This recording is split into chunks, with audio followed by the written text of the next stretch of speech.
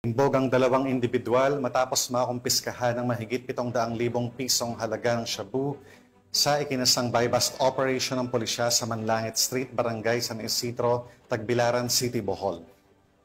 Tinitiyak naman ng pulisya na mas pag-iigtingin pa nila ang kanilang kampanya kontra droga at nananawagan sa publiko na maging katuwang sa pagbibigay ng impormasyon para tuluyang wakasan ang kalakalan ng iligal na droga. Yan ang tinutukan ni Patrolwoman Flora May Azares.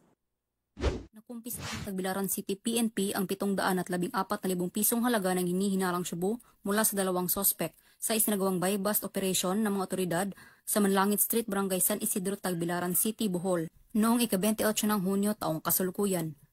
Kinilala ni Police Lieutenant Colonel John Karen O. Escobar, Chief of Police ng Tagbilaran City Police Station, Bohol Police Provincial Office, ang dalawang sospek na sina Anthony, 41 anyos, isang high-value individual na residente ng Lindaville Phase 2, Tagbilaran City, Bohol, at Marlon, 35 anyos, isang street-level individual na residente ng Kadapdapan, Kandihay, Bohol.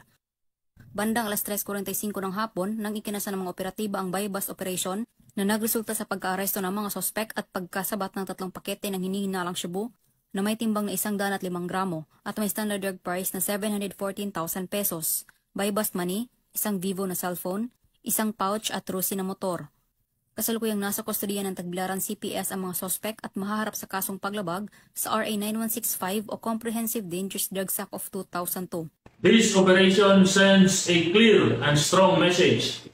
Walang puwang ang iligal na droga sa Tagbilaran City sa ilalim ng kasalukuyang pamunuan.